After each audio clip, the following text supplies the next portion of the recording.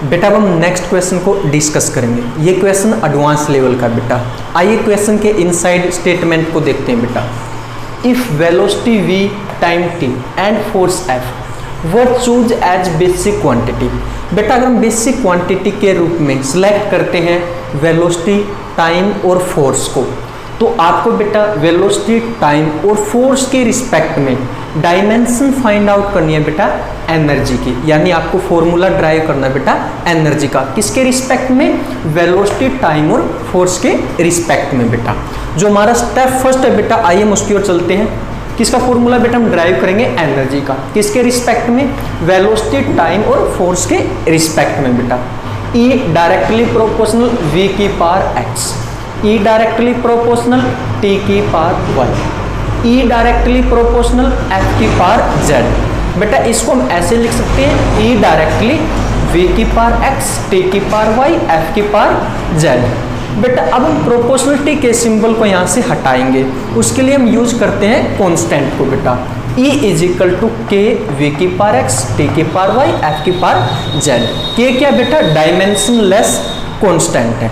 जो second step है बेटा उसके इनसाइड हम करते हैं, अगर आपकी ये इक्वेशन करेक्ट है, अगर आपकी ये इक्वेशन करेक्ट है तो इस इक्वेशन की लेफ्ट हैंड साइड की ईच टर्म की डायमेंशन सेम होगी राइट हैंड साइड की ईच टर्म की डायमेंशन की। तो बेटा ये होगी आपकी लेफ्ट हैंड साइड की टर्म ए और ये होगी आपकी राइट हैंड साइड की टर्म। देखो स्टेप 2 के inside dimension of left hand side same as dimension of right hand side. Left hand side की डायमेंशन बेटा सेम होगी राइट हैंड साइड की डायमेंशन के। ई क्या बेटा आपकी लेफ्ट हैंड की और ये होगी बेटा आपकी राइट हैंड की डायमेंशन। के वी की पावर एक्स, टी की पावर वाई, एफ की पावर जेड। बेटा ई रिप्रेजेंट करता आपका एनर्जी को और एनर्जी का डायमेंशनल फॉर्मूला बेटा आपका m की पावर 1, l की पावर 2, t की पावर -2। बेटा के डायमेंशन लेस कांस्टेंट है, इसकी कोई भी डायमेंशन नहीं होगी। तो बेटा v रिप्रेजेंट करता है वेलोसिटी को और वेलोसिटी का आपका डायमेंशनल फॉर्मूला है l की पावर 1, t की पावर -1 की पावर x। t रिप्रेजेंट करता है बेटा टाइम को, तो उसका डायमेंशनल फॉर्मूला बेटा t की पावर y।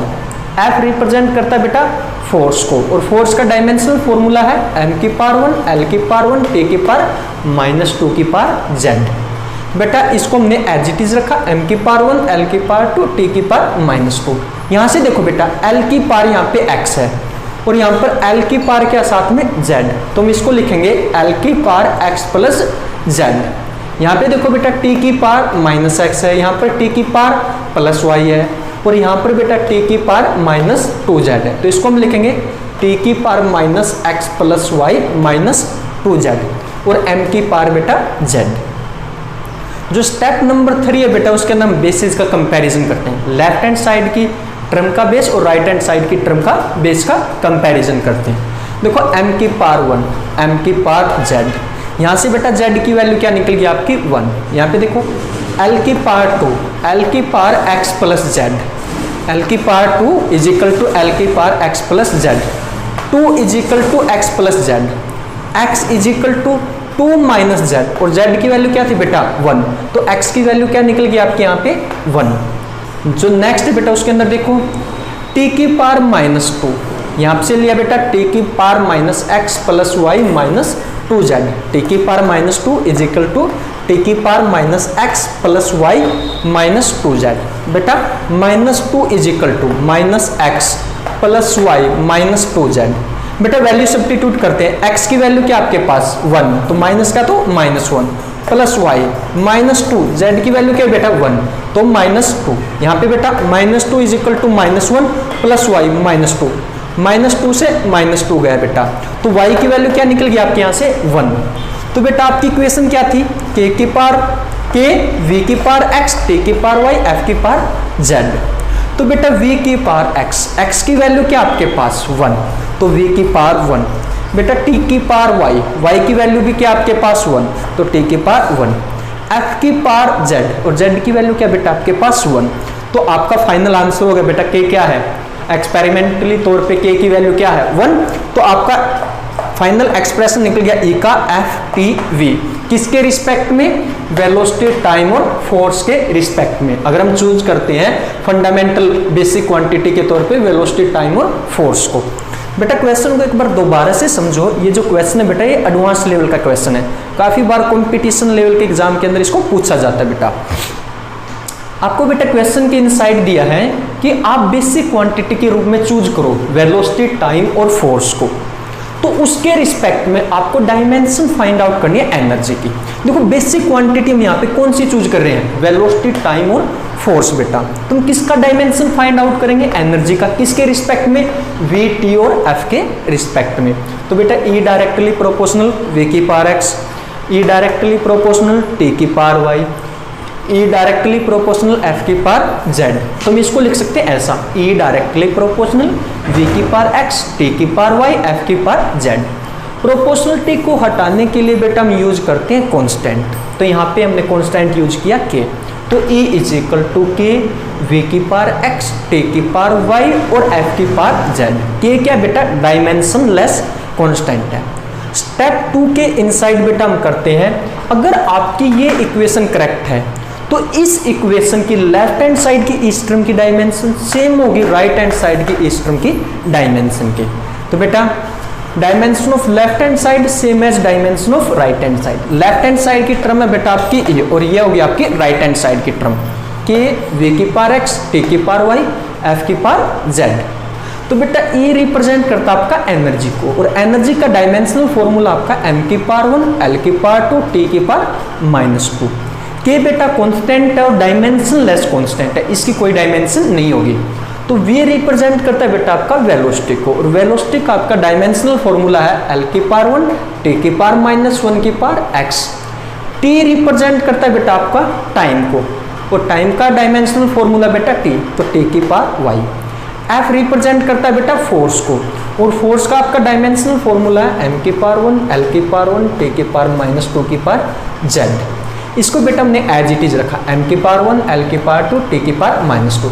यहाँ पे देखो बेटा L की पावर x और यहाँ पर L की पावर z, तो हम इसको लिखेंगे L की power x plus z, T की पावर -x और यहाँ पर बेटा T की पावर y और यहाँ पर T की पावर -2z, तो इसको लिखेंगे T की power -x plus y -2z और m की पावर बेटा z।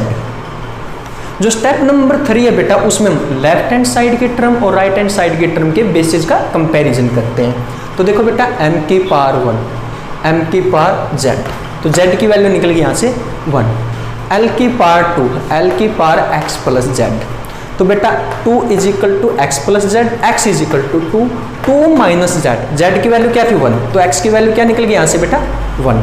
नेक्स्ट देखो बेटा t की पावर -2, यहाँ पर बेटा t की power -x plus y -2z, तो -2 is equal to -x plus y -2z बेटा।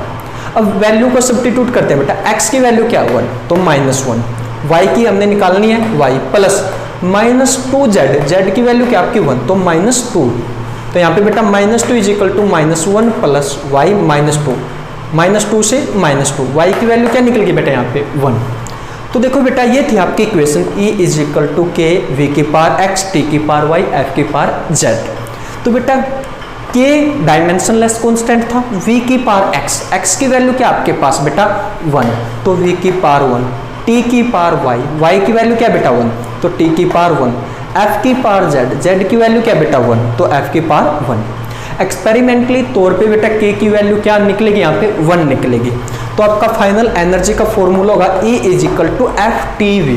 किसके रिस्पेक्ट में बेटा, अगर हम चूज करते हैं बेसिक क्वांटिटी के तौर पे वेलोसिटी, टाइम एंड फोर्स को, तो आपका एनर्जी का फॉर्मूला निकलेगा ये बेटा। एक बार बेटा इसको आप नोट डाउन करें, उसके बाद हम नेक्स्ट क्वेश्चन को डिस्कस करेंगे, वो भी आपका एडवांस लेवल का क्वेश्चन है बेटा।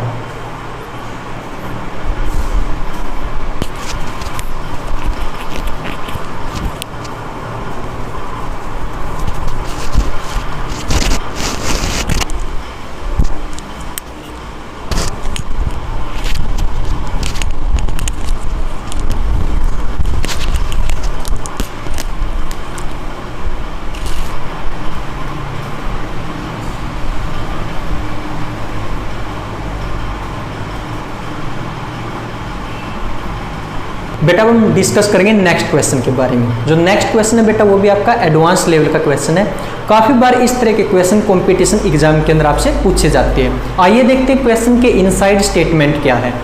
If velocity v, time t and energy E were choose as basic quantity. अब की बार बेटा बेसिक क्वांटिटी के रूप में सिलेक्ट किया हमने वेलोसिटी, टाइम और एनर्जी को। बेटा यहाँ से आपको डायमेंशन फाइंड आउट करनी है सरफेस टेंशन की। आप यहाँ से फॉर्मूला ड्राइव करोगे सरफेस टेंशन का। किसके रिस्पेक्ट में बेटा? वेलोसिटी, टाइम और एनर्जी के रिस्पेक्ट में। दोबारा से समझो बेटा क्वेश्चन की स्टेटमेंट क्या है। अब की बार हमने बेसिक क्वांटिटी के रूप में सिलेक्ट किया बेटा एनर्जी, वेलोसिटी और टाइम को। तो बेटा एनर्जी, वेलोसिटी और टाइम को बेसिक क्वांटिटी सिलेक्ट करने के बाद हमने डायमेंशन फॉर्मूला फाइंड आउट करना बेटा सरफेस टेंशन का।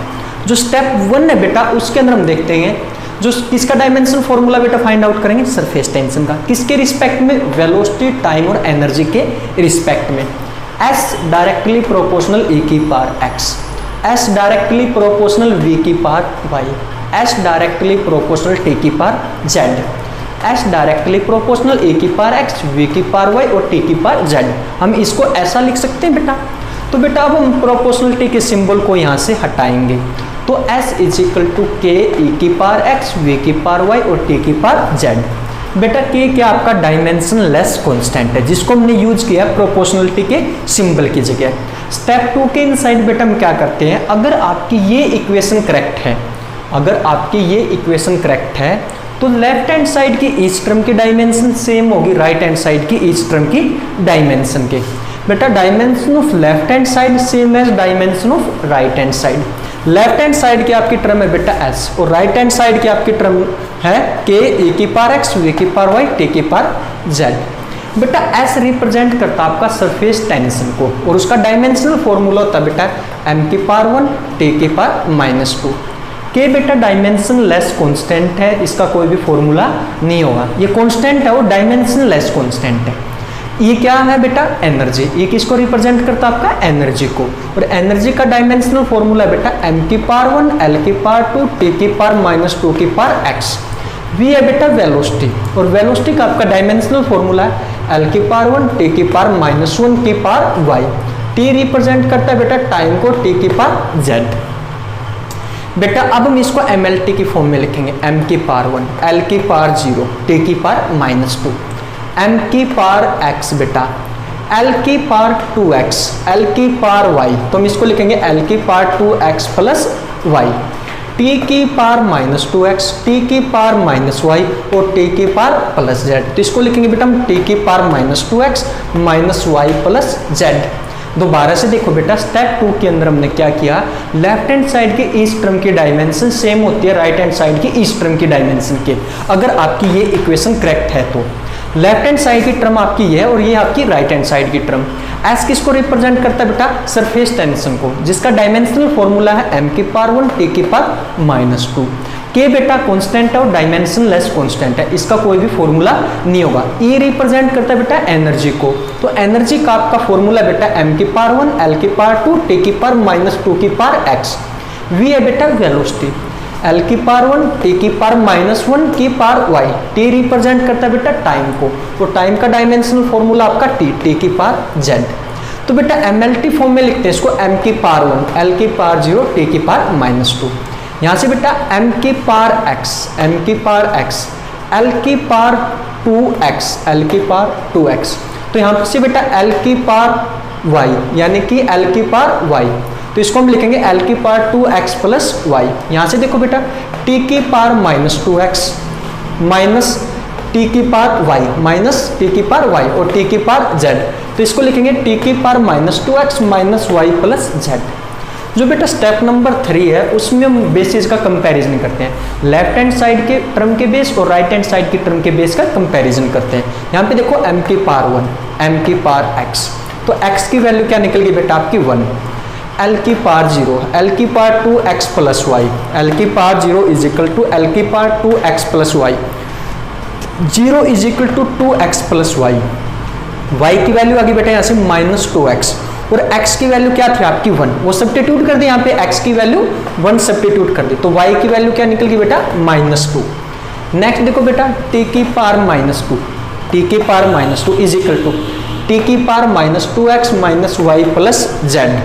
तो minus two is equal to minus two X minus Y plus Z. Minus two as it is बेटा वैल्यू सब्स्टिट्यूट करेंगे, माइनस टू एक्स की वैल्यू थी आपकी 1, तो बेटा वाई की वैल्यू थी माइनस टू और माइनस का already minus two plus Z. यहाँ पे देखो बेटा माइनस टू ये माइनस माइनस प्लस प्लस के 2 प्लस जेड, ये बेटा कैंसिल आउट, तो जेड की वैल्यू क्या निकलेगी यहाँ से बेटा आपकी माइनस टू। यहाँ से देखो बेटा आपकी इक्वेशन थी S is equal to k E की पावर एक्स ए की पावर वाई टी की पावर जेड।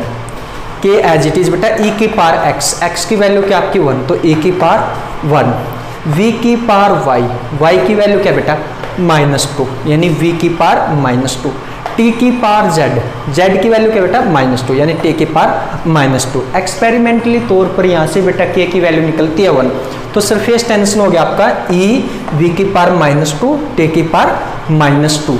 किसके अकॉर्डिंग बेटा, अगर हम बेसिक क्वांटिटी के रूप में सिलेक्ट करते हैं वेलोसिटी टाइम और एनर्जी को। बेटा यहाँ पे एक चीज और देखो आप, जो आपकी x की वैल्यू है 1, इसका मतलब सरफेस टेंशन किसके डायरेक्टली प्रोपोर्शनल है एनर्जी के। यहाँ पर बेटा y की वैल्यू क्या आपकी माइनस टू, इसका मतलब है सरफेस टेंशन इनवर्सली प्रोपोर्शनल है वेलोसिटी के। और t की पावर माइनस टू, इसका भी मतलब क्या बेटा सरफेस टेंशन यानी कि s इनवर्सली प्रोपोर्शनल है टाइम के बेटा। t की वैल्यू क्या माइनस टू। दोबारा से देखो बेटा एक बार इस क्वेश्चन को, क्वेश्चन के इनसाइड आपको बेटा बेसिक क्वांटिटी के रूप में दी है वेलोसिटी टाइम एनर्जी, और बेटा आपको यहां से फॉर्मूला ड्राइव करना सरफेस टेंशन का, किसके अकॉर्डिंग वेलोसिटी टाइम और एनर्जी के अकॉर्डिंग बेटा। तो s डायरेक्टली प्रोपोर्शनल ए की power x, s directly proportional v की power y, s directly proportional t की पावर z। तो इसको हम लिख सकते हैं s डायरेक्टली प्रोपोर्शनल a की पावर x v की पावर y t की पावर z।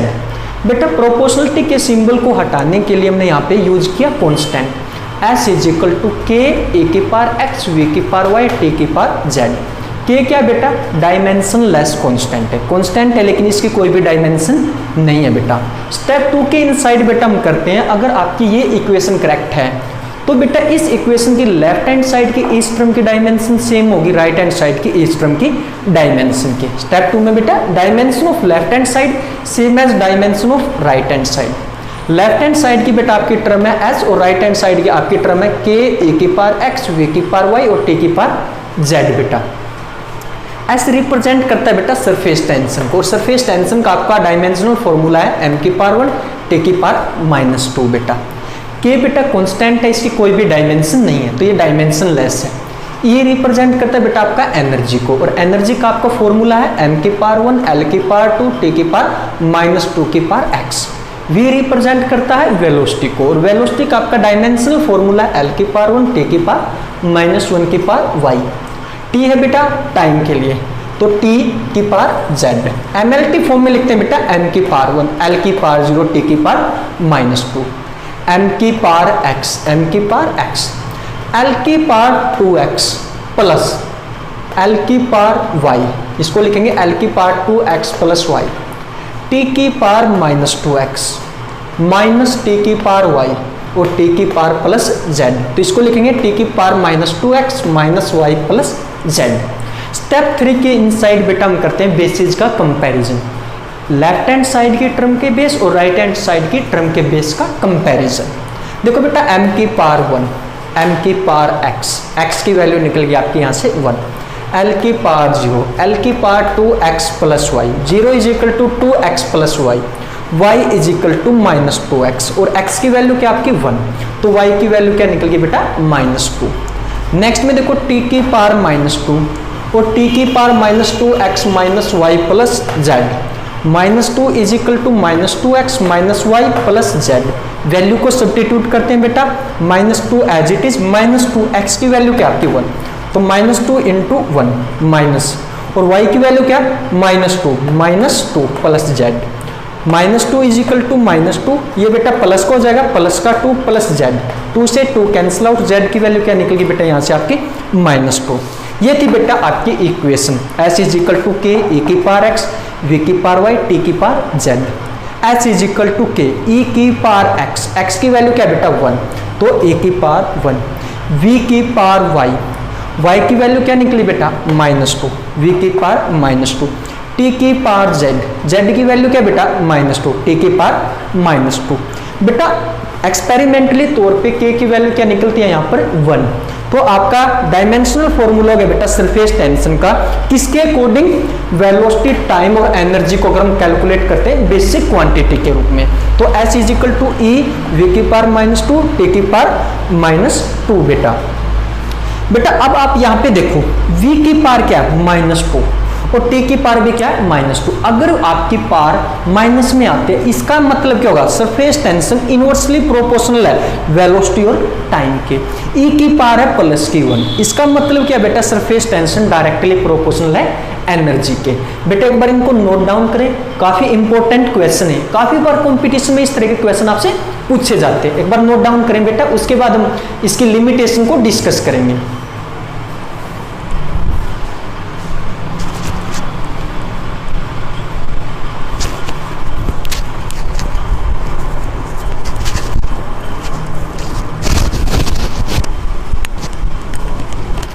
बेटा प्रीवियस लेक्चर के इनसाइड हमने डिस्कस किया एप्लीकेशन ऑफ डायमेंशनल एनालिसिस को। बेटा आज जो टॉपिक हम डिस्कस करेंगे वो है limitation of application of dimensional analysis. आज हम एप्लीकेशन ऑफ डायमेंशनल एनालिसिस की लिमिटेशन को डिस्कस करेंगे। आइए बेटा देखते हैं डायमेंशनल एनालिसिस की फर्स्ट लिमिटेशन को। This method can not calculate value of constant of proportionality. बेटा डायमेंशनल एनालिसिस की सहायता से हम प्रोपोर्शनैलिटी कांस्टेंट की वैल्यू को डिटरमाइन नहीं कर सकते। दोबारा से समझो बेटा, जो हम प्रोपोर्शनैलिटी कांस्टेंट यूज करते हैं इक्वेशन के अंदर, उसकी वैल्यू को हम डिटरमाइन नहीं कर सकते with the help of application of dimensional analysis. बेटा हमने पीछे काफ़ी सारे क्वेश्चन को सोल्व किया, उन क्वेश्चन के अंदर जो हमने प्रोपोर्शनैलिटी कांस्टेंट यूज किया बेटा, वो सारे प्रोपोर्शनैलिटी कांस्टेंट डायमेंशनलेस थे और उनकी वैल्यू को बेटा हम डिटरमाइन नहीं कर सकते with the help of application of dimensional analysis. बेटा सेकंड एप्लीकेशन को देखो, it can not be used if proportionality constant is not dimensionless. बेटा जो आपका डायमेंशनल एनालिसिस की एप्लीकेशन है वो एप्लीकेबल नहीं होगी अगर आपका प्रोपोर्शनैलिटी कांस्टेंट डायमेंशनलेस नहीं है, क्योंकि ये बेटा एप्लीकेशन सिर्फ काम करेगी अगर आपका प्रोपोर्शनैलिटी कांस्टेंट डायमेंशनलेस है। उस सिचुएशन के अंदर अगर आपका प्रोपोर्शनैलिटी कांस्टेंट बेटा डायमेंशनलेस नहीं है तो ये एप्लीकेशन वहां पर अप्लाई नहीं होगी। बेटा जैसे कि आपको पता है जो ग्रेविटेशनल कांस्टेंट है बेटा वो क्या है, डायमेंशन है, उसकी क्या है, डायमेंशन है। तो उस सिचुएशन के अंदर बेटा डायमेंशनल एनालिसिस की जो एप्लीकेशन है वो एप्लीकेबल नहीं होगी। नेक्स्ट एप्लीकेशन देखो बेटा, it cannot be used to drive composite relation like s is equal to ut plus of at square। बेटा ये एप्लीकेशन काम नहीं करती कंपोजिट रिलेशन में। कंपोजिट रिलेशन मीन्स टर्म के अंदर माइनस और प्लस की सिचुएशन हो। जब टर्म के अंदर हम यूज करते हैं बेटा माइनस और प्लस को, उस सिचुएशन के अंदर जो डायमेंशनल एनालिसिस की जो एप्लीकेशन है बेटा वो आपकी एप्लीकेबल नहीं होगी। नेक्स्ट लिमिटेशन को देखो बेटा, it cannot be used to derive expression which contain exponential। बेटा जो टर्म एक्सपोनेंशियल कंटेन करते हैं, यानी कि जब हम इक्वेशन के अंदर देखते हैं एक्सपोनेंशियल की पावर कुछ है, तो उस सिचुएशन के अंदर बेटा ये एप्लीकेशन आपकी एप्लीकेबल नहीं होगी। एक्सपोनेंशियल का मतलब बेटा e की पावर समथिंग, e की पावर -10, e की पावर 10 टू द पावर 20। ठीक है बेटा, इस तरीके से जो एक्सपोनेंशियल है उस सिचुएशन के अंदर भी जो एप्लीकेशन ऑफ डायमेंशनल एनालिसिस है वो एप्लीकेबल नहीं होती बेटा। और साथ में जो ट्रिग्नोमेट्रिक की टर्म है, trigonometric term means sign theta cos theta, यहाँ पर भी जो हम डायमेंशनल एनालिसिस की एप्लीकेशन है उसको यूज नहीं कर सकते। दोबारा से समझो बेटा, जो आपकी फर्स्ट एप्लीकेशन है, this method can not calculate value of constant of proportionality. बेटा एप्लीकेशन ऑफ डायमेंशनल एनालिसिस की सहायता से हम जो प्रोपोर्शनैलिटी कांस्टेंट यूज करते हैं इक्वेशन के अंदर उसकी वैल्यू को डिटरमाइन नहीं कर सकते। बेटा जो इक्वेशन के अंदर हम प्रोपोर्शनैलिटी कांस्टेंट यूज करते हैं उसकी वैल्यू को हम डिटरमाइन नहीं कर सकते with the help of application of dimensional analysis. तो ये फर्स्ट लिमिटेशन है बेटा डायमेंशनल एनालिसिस की। सेकंड बेटा, it can not be used if proportionality constant is not dimensionless. बेटा अगर आपका प्रोपोर्शनलिटी कांस्टेंट डायमेंशनलेस नहीं है तो ये एप्लीकेशन आपकी वहां पर अप्लाई नहीं होगी। इस एप्लीकेशन की बेटा जो सबसे बड़ी लिमिटेशन यही है, क्योंकि इस एप्लीकेशन की कंडीशन यही है कि ये एप्लीकेबल होती है सिर्फ डायमेंशनलेस कांस्टेंट पे। जैसे कि ग्रेविटेशनल कांस्टेंट है बेटा, इसकी डायमेंशन है, इसकी खुद की डायमेंशन है, जो ग्रेविटेशनल कांस्टेंट जी है बेटा इसकी खुद की डायमेंशन है। तो इस सिचुएशन के अंदर यानी कि ग्रेविटेशनल कांस्टेंट पे ये एप्लीकेशन एप्लीकेबल नहीं होगी बेटा। नेक्स्ट देखो, it can not be use to drive composite relation. Composite relation का मतलब बेटा इक्वेशन के अंदर माइनस और प्लस के सिंबल से, like S is equal to ut plus of at square. बेटा जो कंपोजिट रिलेशन है बेटा उस सिचुएशन के अंदर भी हम डायमेंशनल एनालिसिस की एप्लीकेशन को यूज नहीं कर सकते। नेक्स्ट बेटा, it can not be use to drive expression which contain exponential and trigonometric term. बेटा जो एक्सपोनेंशियल एक्सप्रेशन के अंदर हम देखते हैं एक्सपोनेंशियल आता है e की पावर समथिंग, e की पावर समथिंग, तो उस सिचुएशन के अंदर हम डायमेंशनल एनालिसिस की एप्लीकेशन को यूज नहीं कर सकते। और बेटा जो ट्रिग्नोमेट्रिक है, ट्रिग्नोमेट्रिक मीन्स यहाँ पे sine theta, cos theta, sine 90, उस सिचुएशन के अंदर भी बेटा हम एप्लीकेशन ऑफ डायमेंशनल एनालिसिस को यूज नहीं कर सकते। बेटा ये थी आपकी लिमिटेशन ऑफ डायमेंशनल एनालिसिस। एक बार आप इसको नोट डाउन करें, उसके बाद बेटा हम नेक्स्ट टॉपिक के बारे में डिस्कस करेंगे।